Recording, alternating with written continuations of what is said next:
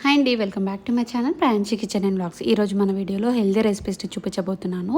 అదేంటంటే బత్వాకుతో పెసరపప్పు కర్రీ, అలాగే కందిపప్పు కర్రీ చూపించబోతున్నాను. అలాగే కంటి చూపును మెరుగుపరిచి మరొక కొత్త రకం రెసిపీని చూపించబోతున్నాను. అదేంటంటే శనగాకు కర్రీని కూడా శనగాకు ఫ్రైని కూడా చూపించబోతున్నాను. ఇక లేట్ చేయకుండా హెల్దీ రెసిపీస్ని కావాలంటే తప్పకుండా మన ఛానల్ని సబ్స్క్రైబ్ చేసి స్కిప్ చేయకుండా చూసండి. ఇక లేట్ చేయకుండా వీడియోలోకి వెళ్ళిపోదాం. బతువ ఆకుతో పప్పు చేసి చూపించబోతున్నానండి. చాలా అంటే చాలా మంచిది హెల్త్కి. అయితే స్పెషల్గా చెప్పాలంటే హార్ట్కి చాలా మంచిది. కిడ్నీలలో స్టోన్ ఉన్నా కూడా వారి కోసం ఇది చాలా ఉపయోగపడుతుంది. ఇక లేట్ చేయకుండా మనం బతువ ఆకు పప్పుని ఏ విధంగా ప్రిపేర్ చేయాలో చూపించబోతున్నాను. కొన్ని ప్రాంతాల్లో బతువ ఆకు అలాగే చక్రవర్తిని ఆకు అని పిలుస్తూ ఉంటారండి. ఈ చక్రవర్తిని పప్పుని ఏ విధంగా ప్రిపేర్ చేయాలో చాలా ఈజీ ప్రాసెస్లో చూసేద్దాం. ముందైతే మనము ఇక్కడ నేను ఒక కట్ట వరకు చక్రవర్తిని ఆకు తీసుకున్నాను. వీటిని కాడలతో లేకంటే ఆకులతో అయినా ఈ విధంగా సపరేట్గా చేసేసుకోవాలి.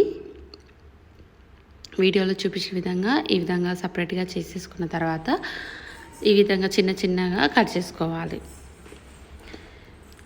ఈ విధంగా కట్ చేసుకున్న తర్వాత దీన్ని ఇప్పుడు మనము ఒక బౌల్లోకి తీసుకొని ఒక 4 to 5 టైమ్స్ వరకు బాగా నీట్గా కడిగేసుకోవాలి. చిన్న పురుగులు ఉంటాయి కాబట్టి ఈ విధంగా నీట్గా బౌల్లోకి తీసేసుకొని కడిగేసుకోవాలి. ఇప్పుడు మనము ప్రెషర్ కుక్కర్ని తీసుకోవాలి. అందులోకి మనము 1 కప్ వరకు కందిపప్పును తీసుకోవాలి. ఈ పప్పును కూడా ఒక 2 to 3 టైమ్స్ వరకు బాగా నీట్గా కడిగేసుకోవాలి. ఈ విధంగా కడిగేసుకున్న తర్వాత వాటర్ మొత్తం ఉంచేసుకోవాలి. 1 కప్పు కందిపప్పు తీసుకున్నాం కాబట్టి మనం ఇప్పుడు ఇందులోకి 4 కప్స్ వరకు వాటర్ని వేసుకోవాలి. ఇలా వాటర్ వేసుకున్న తర్వాత ఇందులోకి మనం ముందుగా కట్ చేసి పెట్టుకున్న బతువ ఆకు ఉంది కదండి, ఆ ఆకును మొత్తం ఇందులోకి వేసేసుకోవాలి. ఇప్పుడు ఇందులోకి 1/2 టీ స్పూన్ వరకు పసుపును వేసుకోవాలి. అలాగే 1/2 టీ స్పూన్ వరకు జీలకర్రను కూడా వేసేసుకోవాలి. ఇదంతా ఒకసారి మిక్స్ చేసుకోవాలి. ఇప్పుడు ఇందులోకి 2 టీ స్పూన్ వరకు చింతపండు కూడా వేసేసుకొని మొత్తం ఒకసారి మిక్స్ చేసేసుకొని మూత పెట్టేసుకొని మీడియం ఫ్లేమ్లో 4 to 5 విజిల్స్ వచ్చేంత వరకు మీడియం ఫ్లేమ్లో ఉడికించుకోవాలి. 4 to 5 విజిల్స్ వచ్చిన తర్వాత స్టవ్ ఆఫ్ చేసేసి ప్రెషర్ కుక్కర్లో ఉన్న గాలి మొత్తం పోయేంత వరకు అలాగే ఉంచి మూత తీసి చూడండి. పప్పు అనేది ఉడికిపోయి ఉంటుంది. ఈ విధంగా మనం మొత్తం ఒకసారి కలిపేసుకోవాలి. స్మాష్ చేసేసుకున్నామంటే సాఫ్ట్గా తయారవుతుంది. చూసారు కదండి, ఈ విధంగా మొత్తం పప్పు అంతా మిక్స్ చేసేసుకోవాలి.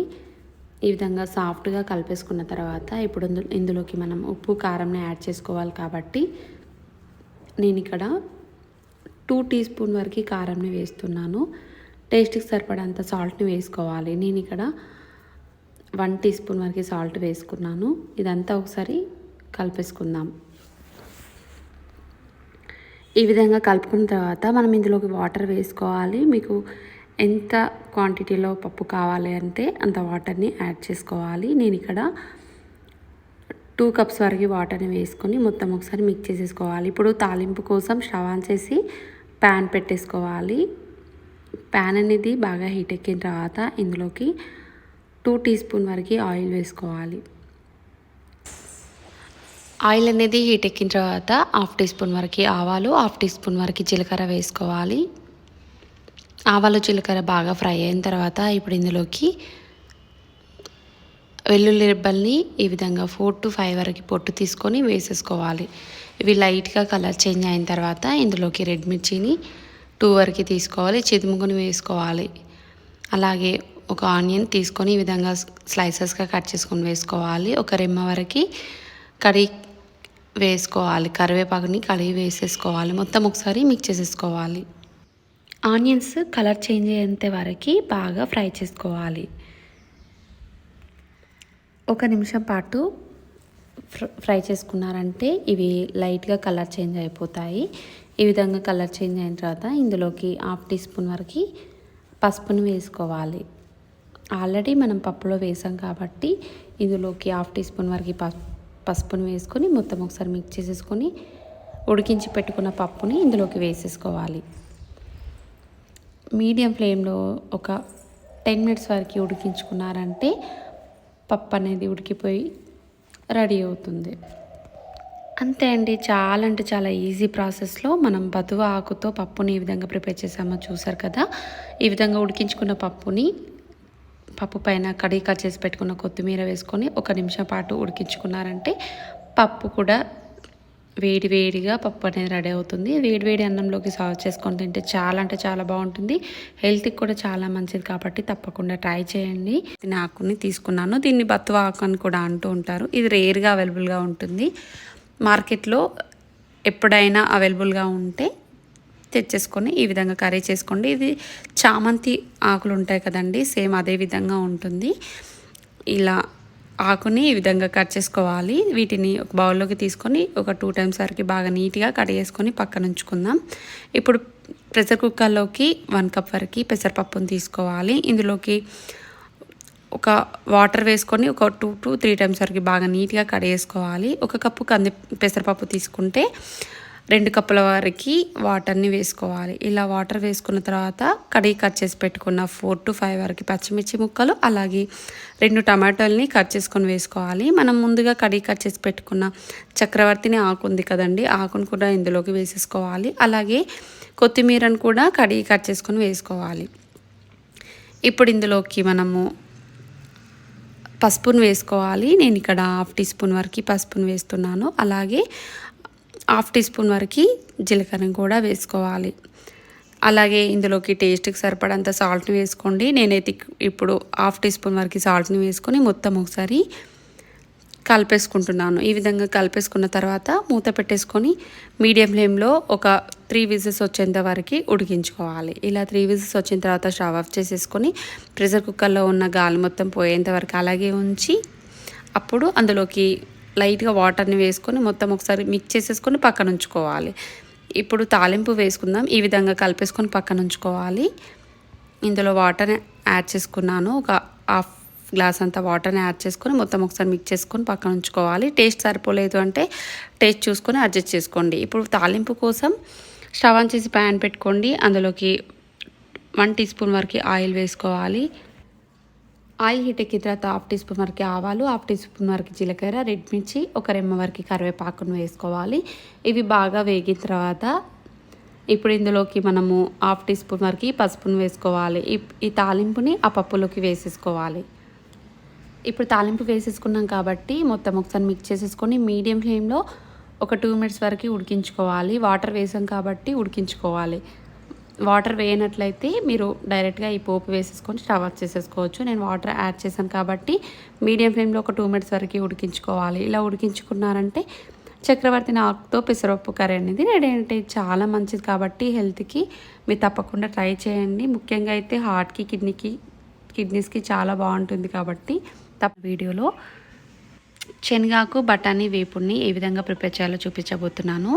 ఇది రైస్లో కంటే రోటీలోకి చాలా అంటే చాలా బాగుంటుంది. ఇది కంటి చూపుకి చాలా మంచిది కాబట్టి తప్పకుండా ట్రై చేయండి. చాలా అంటే చాలా బాగుంటుంది. ఇక లేట్ చేయకుండా మనం శనగాకు ఫ్రైని ఏ విధంగా ప్రిపేర్ చేయాలో చూపించబోతున్నాను, చూసేయండి. వీడియో కాకుండా నేను ఇక్కడ కట్ట వరకు తీసుకున్నాను. ఈ విధంగా ఆకుల్ని సపరేట్ చేసుకోవాలి. నేను ఇక్కడ పచ్చి బఠానీ కూడా ఒక 2 టీ స్పూన్ వరకు వేస్తున్నాను. ఇలా కడిగి కట్ చేసుకొని పక్కన ఉంచుకోవాలి. ఇప్పుడు శనగపప్పును కూడా నేను ఇక్కడ 1 టీ స్పూన్ వరకు వేసుకొని వాటర్ వేసుకొని ఒక 15 మినిట్స్ వరకు నానబెట్టేస్తున్నాను. ఈ నానేలోపు మనము పోపు వేసుకుందాం. స్టవ్ ఆన్ చేసి ప్యాన్ పెట్టుకోండి. అందులోకి 1.5 టేబుల్ స్పూన్ వరకు ఆయిల్ వేసుకోవాలి. ఆయిల్ అనేది బాగా హీట్ ఎక్కిన తర్వాత ఒక ఉల్లిపాయను తీసుకొని ఈ విధంగా స్లైసెస్గా కట్ చేసుకొని వేసుకోవాలి. అలాగే ఇందులోనే 5 వరకు పచ్చిమిర్చిని కట్ చేసుకొని వేసుకోవాలి. మంటని మీడియం ఫ్లేమ్లో పెట్టుకొని బాగా ఫ్రై చేసుకోవాలి. ఇప్పుడు ఇందులోకి మనం 15 మినిట్స్ వరకు నానబెట్టుకున్న శనగపప్పు ఉంటుంది కదా, ఆ పప్పుని ఇందులోకి వేసేసుకొని మొత్తం ఒకసారి మిక్స్ చేసేసుకోవాలి. అలాగే ఇందులోకి 1/2 టీ స్పూన్ వరకు పసుపును వేసుకోవాలి. ఉల్లిపాయ ముక్కలు, పచ్చిమిర్చి ముక్కలు లాంటివి కలర్ చేంజ్ అయ్యేంత వరకు బాగా ఫ్రై చేసుకోవాలి. ఒక 1 మినిట్ వరకు ఫ్రై చేసుకున్నారంటే కలర్ చేంజ్ అయిపోతాయి. ఈ విధంగా కలర్ చేంజ్ అయిన తర్వాత మనం ముందుగా కడిగి కట్ చేసి పెట్టుకున్న శనగాకు ఉంది కదండి, ఆ ఆకుని అలాగే బఠానీ పీసెస్ని కూడా ఇందులో వేసేసుకోవాలి. బఠానీ పీసెస్ ఉన్నవారైతే వేసుకోవచ్చు, లేని వారైతే స్కిప్ చేయొచ్చు. ఈ విధంగా వేసేసుకొని మొత్తం ఒకసారి కలిపేసుకోవాలి. ఈ విధంగా మొత్తం కలిపేసుకున్న తర్వాత మూత పెట్టేసుకొని మీడియం ఫ్లేమ్లో ఒక 2 మినిట్స్ పాటు ఉడికించుకోవాలి. 2 మినిట్స్ తర్వాత మనం మూత తీసి చూద్దాం. లైట్గా దగ్గర పడుతుంది. ఇలా దగ్గర పడిన తర్వాత ఇప్పుడు ఇందులోకి మనం టేస్ట్కి సరిపడంత సాల్ట్ని వేసుకోవాలి. నేను ఇక్కడ 1/2 టీ స్పూన్ వరకు సాల్ట్ని వేస్తున్నాను. ఇలా సాల్ట్ వేసుకొని మరొకసారి ఈ విధంగా కలిపేసుకోవాలి. ఇందులోకి మనము టీ గ్లాస్ అంత వాటర్ని వేసుకొని మీడియం ఫ్లేమ్లో మూత పెట్టేసుకొని ఉడికించుకోవాలి. నేను ఇక్కడ వాటర్ వేయలేదండి, వాటర్ వేసుకోవాలి. ఇక్కడ నేను ఫ్రెష్గా ఉండే శనగాకు తీసుకున్నాను కాబట్టి, అదే రోజు తీసుకొచ్చినాను కాబట్టి అదే రోజు చేస్తున్నాను. అందుకే వాటర్ని అసలు యాడ్ చేయలేను, తొందరగా కుక్ అవుతుంది. మీరు 2-3 డేస్ బ్యాక్ తీసుకొచ్చినట్లయితే అందులోకి మనం 1/2 గ్లాస్ అంత వాటర్ని వేసుకొని మీడియం ఫ్లేమ్లో కుక్ చేసుకోవాలి. ఇలా దగ్గర పడింది అని అంటే స్టవ్ ఆఫ్ చేసేసుకోవాలి. అంతే అండి, చాలా అంటే చాలా బాగుంటుంది. ఇది రోటీలోకి చాలా బాగుంటుంది కాబట్టి తప్పకుండా ట్రై చేయండి. ఇది మీకు కనుక నచ్చితే మీకు ఎలా కుదిరిందో ట్రై చేసి కామెంట్ చేయండి. మీ ఫ్రెండ్స్కి మీ రిలేటివ్స్కి షేర్ చేయండి. తప్పకుండా సబ్స్క్రైబ్ చేయని వారు ఉంటే సబ్స్క్రైబ్ చేసుకోండి. మరిన్ని రెసిపీస్ కావాలంటే డిస్క్రిప్షన్లో లింక్ పెడతాను, ప్రెస్ చేసి చూసేయండి. చూసిన వెంటనే లైక్ వేసుకోండి. లైక్ వేయడం వల్ల మీరు ఎంతో సపోర్ట్ చేసిన వారు అవుతారు కాబట్టి తప్పకుండా like and share and subscribe. Thank you for watching. Bye friends.